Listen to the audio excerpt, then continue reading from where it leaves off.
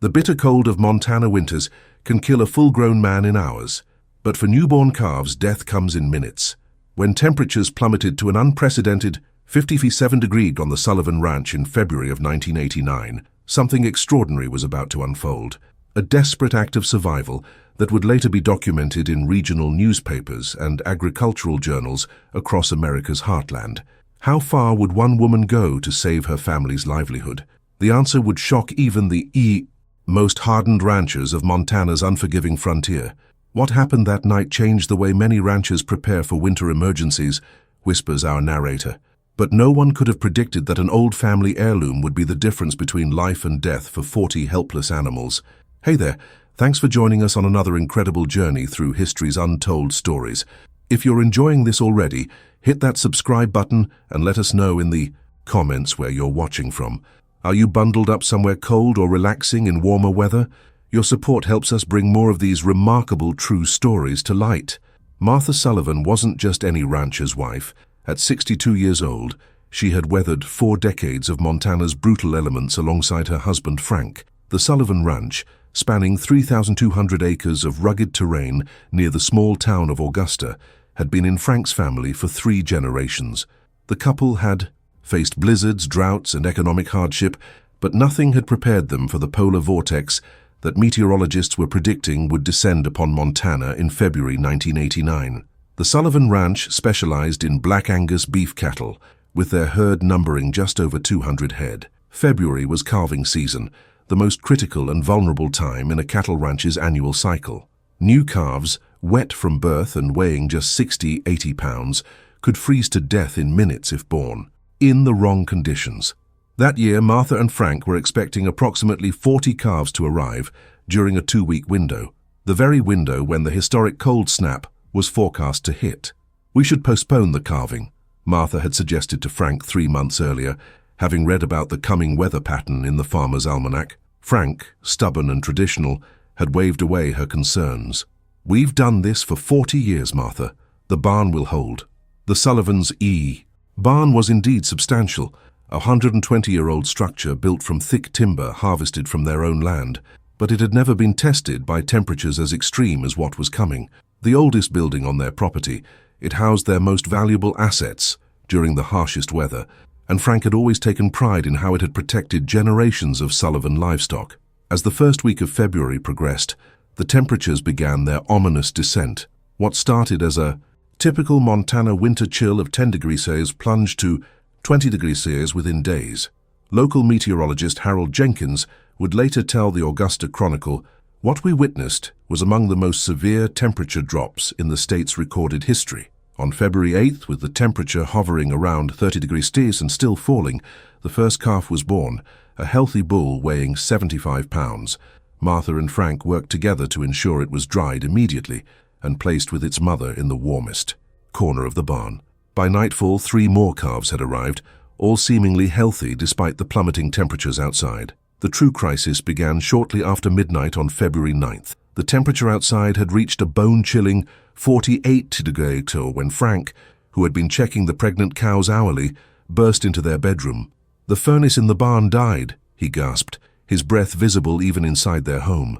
"The temperature's falling fast in there." Martha sat up, immediately her mind racing. The backup generator had failed 3 days earlier.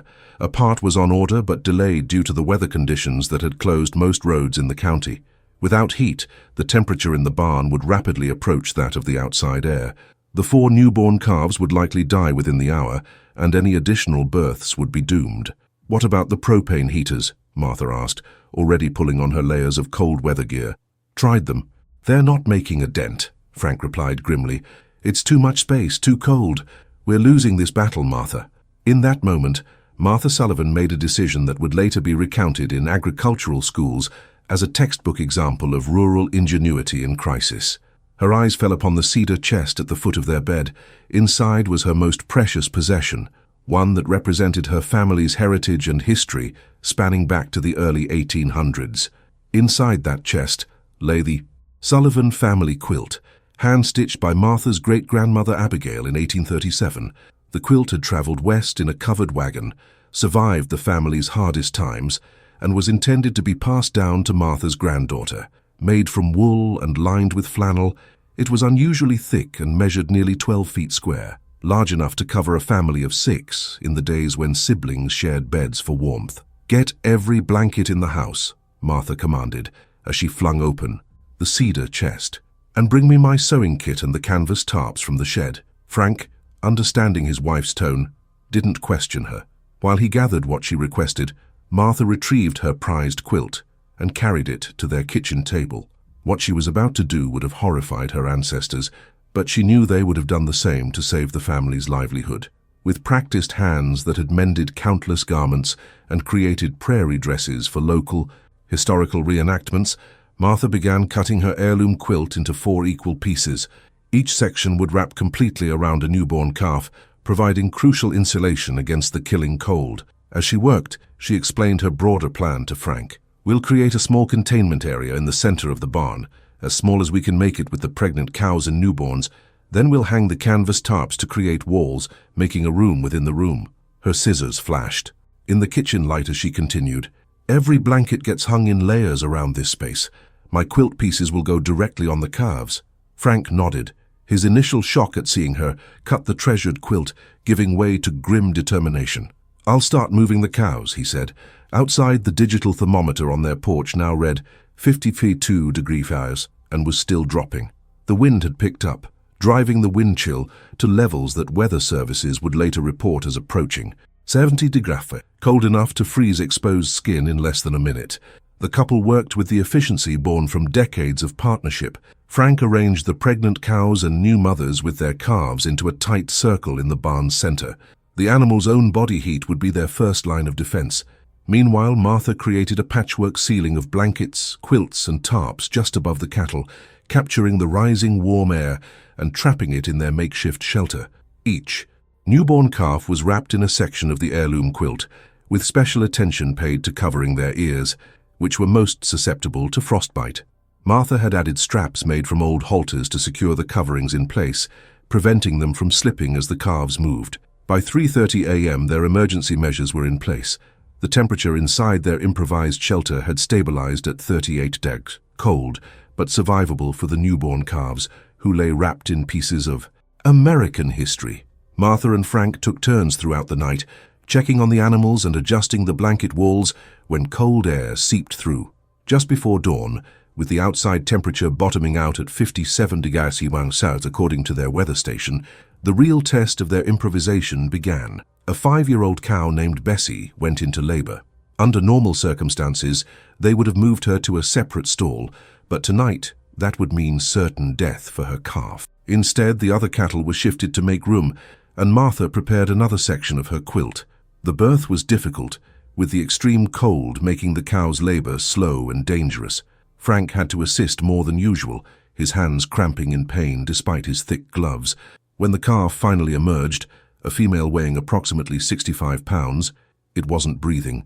Martha leapt into action with the skills gained from 40 years of ranch life. She cleared the calf's airways, administered gentle rescue breaths directly into its nostrils, and rubbed its chest vigorously through the quilt section she had wrapped around it. After 2 tense minutes, the calf gasped and began breathing on its own. Another life saved by Martha's quick thinking and willingness to sacrifice her treasured heirloom. As dawn broke on February 9, 1989, the devastating cold maintained its grip on Augusta, Montana, while National Weather Services would later confirm this as one of the most extreme cold snaps in U.S. history. Martha and Frank Sullivan couldn't concern themselves with records. Their focus remained entirely on survival, for themselves, their cattle, and especially the newborn calves continuing to arrive, despite the brutal conditions. Hey there, if you're still with us, you're witnessing one of the most extraordinary survival stories in American ranching history. If this is your first time here, hit that subscribe button right now. We'd love to know in the comments if you've ever experienced extreme weather like this, or if you have family who work the land. Your engagement helps our channel grow and allows us to keep bringing these incredible true stories to light. By mid-morning, 5 more cows had given birth within the makeshift shelter. Martha's quilt pieces had been supplemented with every fabric item the Sullivans could spare: curtains, bedsheets, even Frank's collection of flannel shirts. Each new calf received the same treatment: immediate drying, wrapping in insulating fabric, and placement next to its mother within the protective circle. The news of the Sullivans' emergency had spread through the rural community's CB radio network. By noon, despite roads that were nearly impassable, 3 neighboring ranchers had arrived on snowmobiles, bringing additional blankets, battery-powered heaters, and their own expertise. The local veterinarian, Dr. Harriet Wong, had also braved the conditions to check on the newborns and pregnant cows. What Martha did here should be documented for future generations, Dr. Wong would later tell the Montana Ranchers Gazette. Her quick thinking likely saved not just the calves, but potentially their entire operation. When you lose a year's calf crop, many small ranches don't recover financially. The makeshift shelter within the barn had evolved throughout the day. The neighboring ranchers helped Frank construct a more substantial framework using spare lumber, allowing them to create a true room within a room that measured 20 feet square. They sealed every crack with duct tape and caulk, then hung reflective emergency blankets brought by Dr. Wong to bounce back the precious heat generated by the cattle themselves. Outside this improvised nursery, the temperature in the barn remained dangerously cold, barely above 0 degrees Celsius, despite being sheltered from the wind. Inside their creation, however, the combined body heat of 20 cows and their calves, supplemented by battery-powered heaters, maintained a life-sustaining 42-degree manf. Martha worked tirelessly, rarely sitting down except to stitch together more blankets or prepare the wrappings for calves yet to be born. Her hands, chapped and sore from the cold and constant work, moved with practiced precision. When one of the neighboring ranchers, Tim Blackfeet, asked about the distinctive quilt pieces that several calves wore, Martha merely shrugged. "It's just fabric," she said, though those who knew her understood the significance of her sacrifice. By sunset on February 9th, with the temperature outside still hovering around 55 degrees Celsius, 9 calves had been born within the shelter. All were alive, though 2 showed signs of mild hypothermia and required extra attention. Dr. Wong administered glucose injections to the weakest animals, providing energy to help them generate internal heat. The crisis was far from over, however. Weather reports received through the emergency radio indicated that the extreme cold would persist for at least another 36 hours. Furthermore, barometric pressure changes suggested that more cows would likely give birth during this period, potentially another dozen animals. "We need to expand the shelter," Frank announced after conferring with Dr. Wong and the other ranchers, "and we need more heat sources." Their neighbors returned to their own ranches briefly, promising to bring additional supplies. Left alone again with their cattle, Martha and Frank faced the night with determination born from decades of facing adversity together. Neither spoke of it, but both understood that their entire financial future hung in the balance. If they lost this calf crop, at their ages, Frank at 65 and Martha at 62, recovery would be nearly impossible. As darkness fell, Martha checked their supplies, while Frank tended to the pregnant cows showing signs of imminent labor. They had enough food and water for themselves for several days, having prepared for winter isolation as Montana ranchers must. What concerned Martha more was their dwindling supply of appropriate wrapping materials for the calves yet to be born.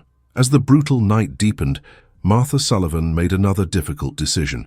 She climbed the narrow staircase to their home's attic, where generations of Sullivan family possessions were stored.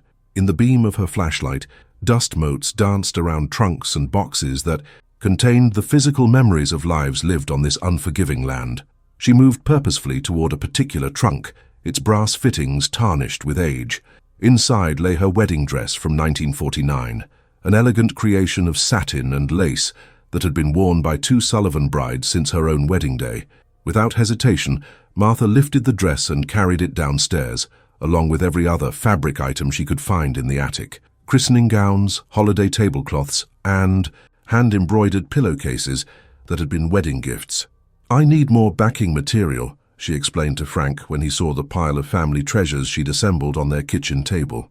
He nodded silently, understanding as only a spouse of 4 decades could.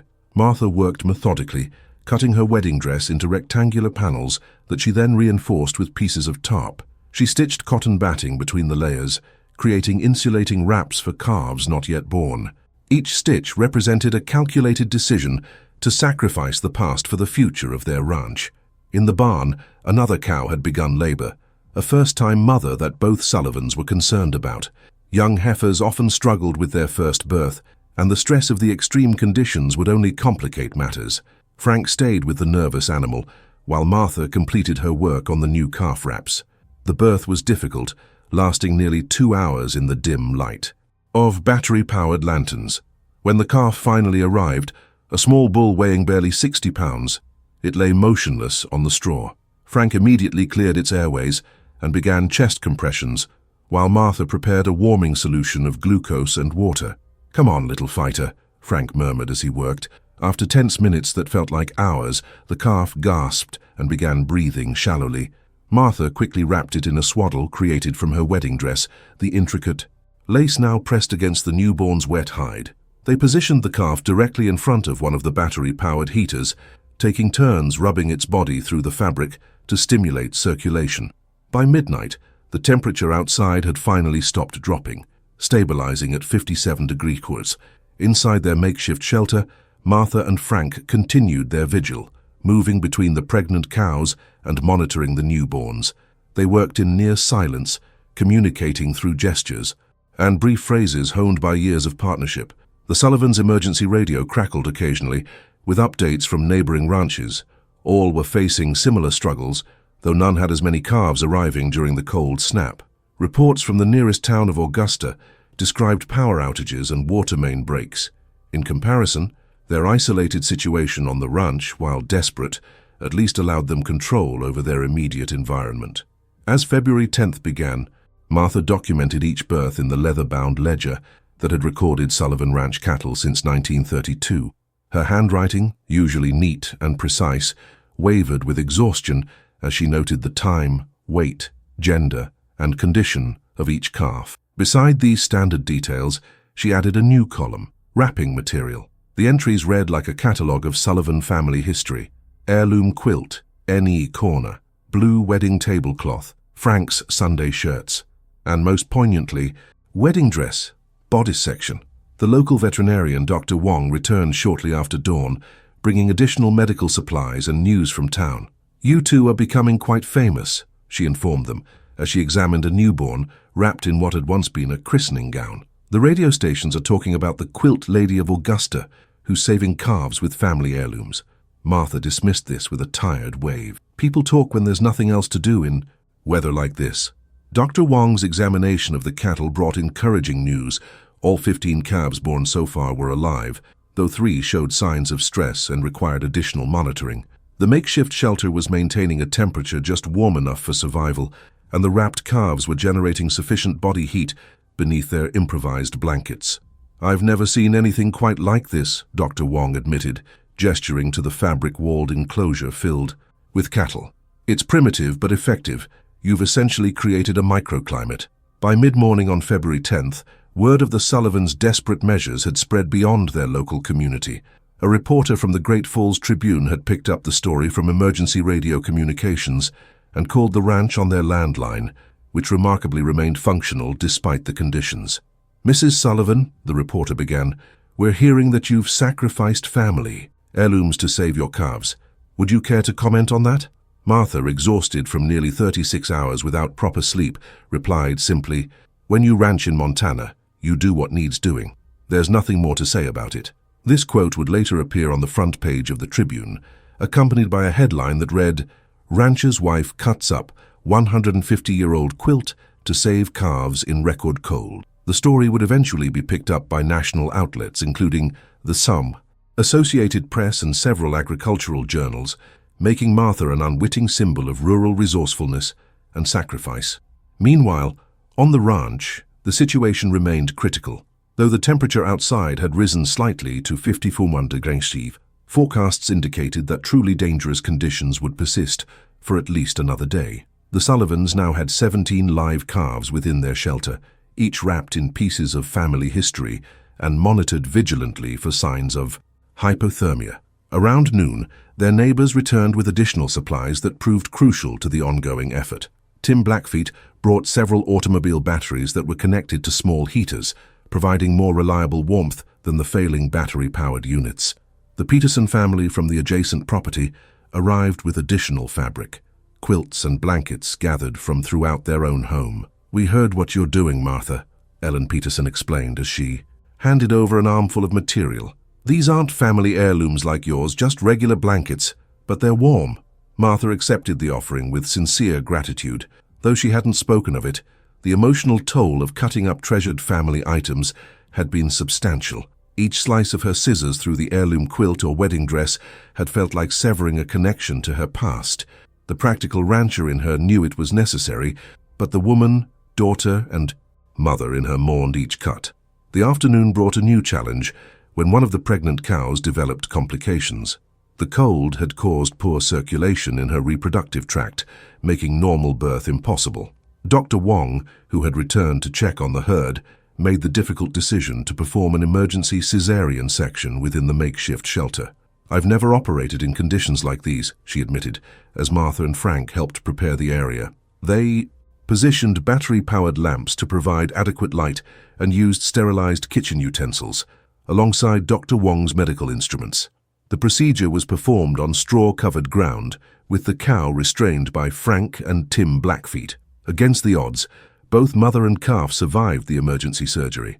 The newborn, a robust female weighing nearly 85 pounds, was immediately wrapped in sections of Martha's wedding dress, reinforced with Ellen Peterson's donated blanket. The cow, groggy from sedation and the trauma of surgery, was covered with tarps to maintain her body temperature during recovery. "That's the 18th survivor," Frank noted as he updated their ledger.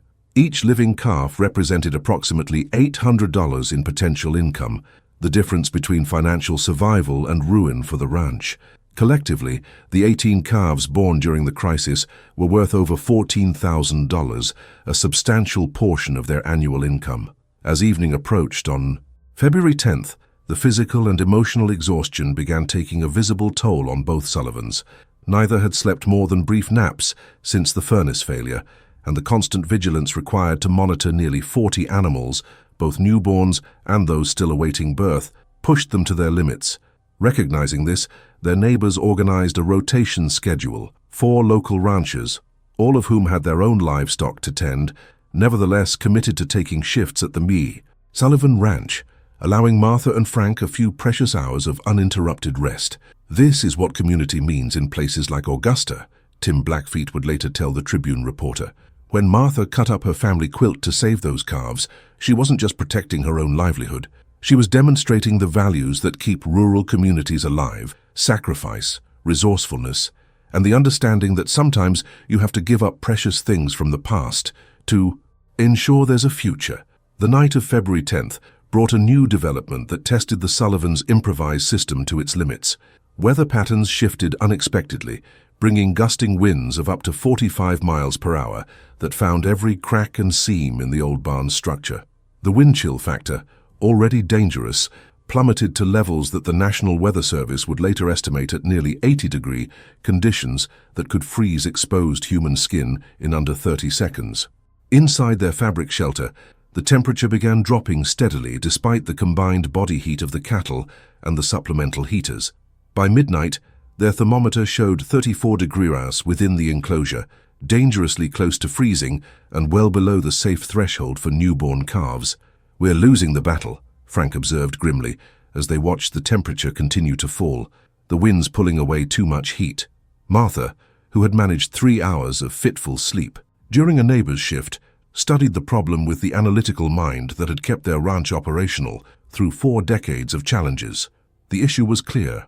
Their fabric walls, while effective against still air, couldn't prevent heat loss in the face of persistent wind that created negative pressure zones around the barn. "We need to think like the pioneers," she finally said, referring to the early settlers who had first ranched this unforgiving land. "Remember the stories your grandfather told about the winter of 1912? Frank nodded slowly, recalling family tales of a blizzard so severe that his grandfather had moved livestock into the family's dirt-floored cabin, sharing the single room with cattle for nearly a week until the storm passed. "We need thermal mass," Martha continued, "something that can absorb and radiate heat slowly." Their solution came from an unexpected source. Behind the barn sat several dozen hay bales that had been deemed too moldy for feeding but had not yet been disposed of. Though unsuitable as food, these bales remained dense and dry, perfect for insulation. Despite the dangerous conditions outside, Frank and two neighboring ranchers who had arrived for their shift ventured out to retrieve the hay bales. Working in 2-minute rotations to avoid frostbite, they ferried 30 bales into the barn over the course of an hour. Martha directed the placement of these bales around the exterior of their fabric shelter, creating a secondary wall of dense organic material that provided both insulation and thermal mass. The moldy hay, while unusable for feed, proved ideal for absorbing the day's minimal warmth and releasing it slowly throughout the night. By 2 a.m. on February 11th, their efforts had stabilized the temperature inside the shelter at 38 degrees, still cold but sustainable for the newborns, as long as they remained wrapped in their improvised blankets. 2 more cows gave birth during the night, bringing their total to 20 living calves, each swaddled in pieces of Sullivan family history, supplemented by donations from neighbors. One of these births proved particularly challenging. The mother, an older cow named Daisy, who had delivered 7 previous calves without incident, seemed unable to complete the delivery. Martha, drawing on decades of experience, recognized that the calf was breech, positioned backward in the birth canal with its rear legs emerging first. Under normal circumstances, they would have called for veterinary assistance, but Dr. Wong was attending to an emergency at another ranch miles away. With no time to wait, Martha and Frank worked together in the dim light of battery-powered lanterns to save both cow and calf. Frank supported the laboring animal, while Martha, her hands protected by plastic obstetrical sleeves that reached her shoulders, carefully manipulated the partially emerged calf. Working methodically despite her exhaustion, she eased the calf's hips through the birth canal, then gently rotated its shoulders to prevent them from becoming lodged. After 20 tense minutes, the calf, a male weighing approximately 70 pounds, was fully delivered. Unlike most of the others, he began breathing immediately and attempted to stand within minutes of birth. Martha wrapped him in a section of fabric that had once been a hand-embroidered tablecloth commemorating the Sullivan family's centennial in Montana. "This one's a fighter," she noted as the calf nuzzled against its mother seeking milk. "He'll make a good bull if he maintains this attitude." Frank nodded in agreement, making a notation in their ledger to identify this calf for potential breeding stock, assuming it survived not only the current crisis, but the challenging months ahead. In ranching, looking forward to future generations remained essential, even in the midst of fighting for immediate survival. As dawn approached on February 11, 1989, the Sullivan Ranch had defied remarkable odds. 22 calves had been born during the extreme cold snap, and all remained alive within their improvised shelter. Each animal wore a unique wrapping created from Sullivan family heirlooms, household items, and donations from neighbors, a patchwork history of rural Montana life transformed into life-saving insulation.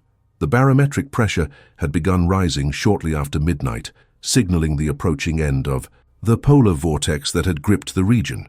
By 7 a.m., the outside temperature had risen to 38 degrees Celsius, still dangerously cold, but a significant improvement that allowed them to conserve their dwindling supply of battery power for the heaters.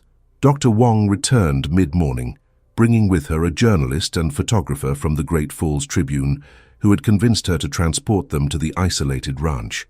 Despite Martha's reluctance to have their crisis documented, the veterinarian had insisted that their story needed telling. "People need to understand what ranchers go through," Dr. Wong explained, "and your solution is something others should know about in case they face similar circumstances." The journalist, Rachel Martinez, interviewed both Sullivans while the photographer captured images of calves wrapped in wedding dress satin, quilt fragments, and christening gowns. Martha, normally private about ranch matters, found herself explaining the technical aspects of their improvised microclimate and the critical importance of immediate wrapping for newborn calves. "The first 3 minutes make the difference between life and death in these temperatures," she explained, demonstrating how she had created drawstrings and closures to keep the wraps secure as the calves moved. Their ears and tails freeze first, then their extremities. Once their core temperature drops below 95 degrees, they rarely recover without intensive veterinary intervention. The most poignant photograph, one that would later win a regional journalism award, showed Martha kneeling beside a calf wrapped in a section of her wedding dress, the delicate lace visible against the animal's black hide. Her weathered hand rested on the calf's head in a gesture both protective and matter-of-fact. The image captured the essence of ranching life, the constant balance between sentimentality and practicality, between honoring the past and ensuring the future. By afternoon, the temperature had risen further to 25 degrees. According to weather forecasts received through their emergency radio, the warming trend would continue, with temperatures expected to reach 0 degrees by the following day, still cold by normal standards, but practically tropical compared to what they had endured. As the immediate crisis began to subside, Martha found time to contemplate what had been lost and gained during the ordeal. Sitting at their kitchen table during a brief rest period, she spread out the few remaining pieces of her heirloom quilt, fragments too small to be useful as calf wraps, but too precious to discard. "I've been thinking," she said to Frank as he joined her with cups of coffee, "about what we're going to tell Abigail about her namesake's quilt." Abigail, their only granddaughter, had been promised the family quilt on her wedding day, a tradition spanning 6 generations of Sullivan and Miller women. At 16, she lived in Billings with Martha and Frank's daughter, but maintained close connections to the ranch and its traditions. Frank considered this as he warmed his hands around the coffee mug. "We'll tell her the truth," he finally replied, "that her great-great-great-grandmother's handiwork saved the ranch that will someday be hers if she wants it. I think Abigail the First would approve of that use." Martha nodded slowly, tracing the intricate stitching on one of the remaining quilt fragments. "I'll use these pieces to start a new quilt," she decided. "It won't be the same, but it will carry the story forward, how the old quilt saved our future during the winter of '89. On February 12th, with outside temperatures finally rising above 0 degree Cave, the Sullivans began dismantling their improvised shelter. The pregnant cows that had not yet delivered were moved to regular stalls, while the mothers and their calves remained grouped together for continued warmth. Many of the newborns continued wearing their fabric wraps, though these were now loosened to allow better movement as the calves gained strength. The final count stood at 26 calves born during the crisis, with all surviving. In a normal year, the Sullivans expected to lose 5 to 8% of newborns to various causes. Having 0 mortality during such extreme conditions was unprecedented. Dr. Wong documented the case for veterinary journals, citing Martha's rapid response and innovative use of materials as the critical factors in their success. As spring gradually returned to Montana, the story of the Quilt Lady of Augusta spread through ranching communities across the American West. Agricultural extension offices in 5 states incorporated Martha's techniques into their extreme weather preparedness materials, acknowledging that sometimes the difference between survival and failure lies not in expensive equipment, but in resourcefulness, sacrifice, and the willingness to transform family treasures into practical salvation when circumstances demand it.